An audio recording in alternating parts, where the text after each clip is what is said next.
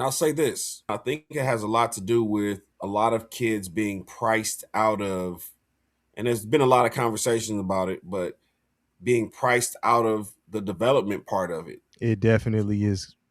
It So definitely now is coming to it's that. like it's almost like, no, you have to pay for development. You have to pay to be in these tournaments. You have to pay to get some kind of recognition. What's crazy Go ahead. about that is, so first off, I agree with you. Is becoming a basketball is becoming a money sport, much like soccer, in tennis. um, in tennis. Not as bad yet, but it's bad. And if you can't afford it, what gets me is kids will just sit out and not play, and you could walk around and still see these parks and gyms empty. Yeah. And it's like, if you ain't you know training and doing all of that other kind of stuff because you can't afford it, go play the game, go run fives, because that's what the dudes who are doing all the skills training and stuff, that's what they're missing. They ain't playing the game, they're just training the skill. So maybe if you're sitting up and you go hoop somewhere and you're playing the game, Yeah. you may have a better feel for 5 on 5, and then at some point it meets in the middle.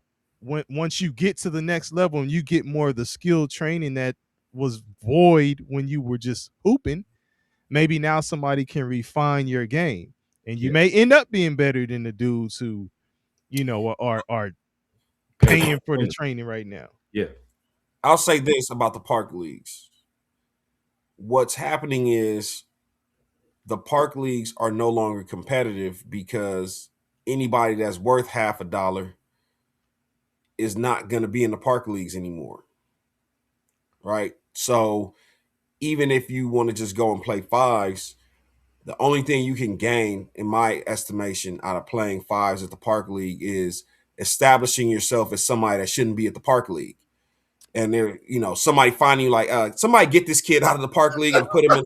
Yeah. So this is what I mean, Bong. So, Negro, please. And, Somebody, this is a white only party. Somebody get this yellow. this is what I mean about the park. I didn't say park league. I said the park. Mhm. Just pick up. Just going in Mm. the gym. Like we didn't I didn't come up playing in park leagues. It was just y'all, Yeah. hey, y'all want to go hoop somewhere, and we playing all damn day. Yeah. Like sun up, sundown. And I'm just Yeah. saying, like, kids don't do that anymore. Like Yeah. they're on social media, and they're in AAU tournaments and training if they can afford it. And you'll always have that one, a couple dudes who come back to the Yeah. hood and try to, you know, Give back. yeah, give back and put a team together for the kids and stuff like that. But I mean, like you say, it's about the, I don't know, man, the shiny ornament people are running toward. They don't want to deal with the hood stuff. And Adam Silver talked about this today. So after the All-Star game, they did a wrap-up interview on NBA TV. And Rudy Gay was like, Rudy Gay was analyst, and he said, I'm acting like I'm a father. He's like, I have sons, and I want to just talk about the development, um, us versus the world. And Adam Silver kind of broke it down. He said, well, look, you know, everyone is saying that the world is catching up, but the NBA is 70% domestic, 30% international. So we still dominate the league in terms of numbers in there. But he's like, but then we break down the development of children, and the children overseas practice 6 days a week and play one, whereas over here, we may practice one day out of the week and play multiple days. So we spend less time practicing, more time playing in AAU tournaments, all that stuff, whereas they don't do that stuff out there. So he really was kind of touching on the development and saying that we need to practice more. and stop trying to play so many games so long every single weekend. But KP, that's because in AAU and Bong, your son is starting to play now, so I'm pretty sure you'll understand what I'm saying with this too. Is people will slap together teams like.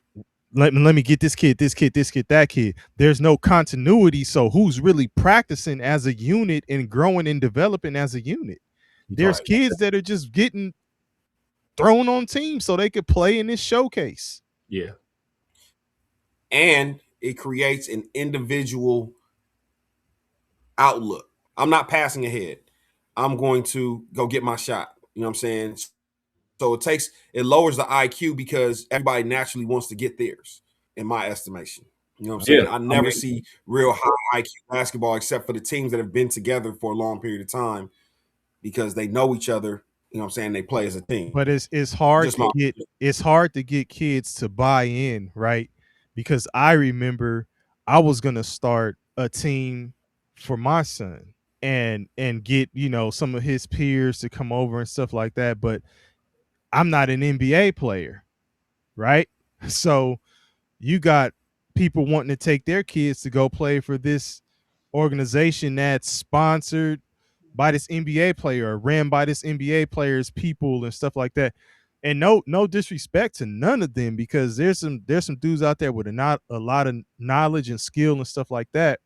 But there's some dudes who didn't play professional basketball who also have skills and knowledge and would probably, be more invested into your kid's development in some cases. Yeah. But it's not the shiny ornament. Like I just said, it's not the shiny ornament. It's just unfortunate, man, because now it's like all these alliances on the grassroots level. Right. So it's like you don't necessarily have to be a good coach, but if you're aligned with other coaches or people that run tournaments and camps and stuff like that, absolutely. Connections.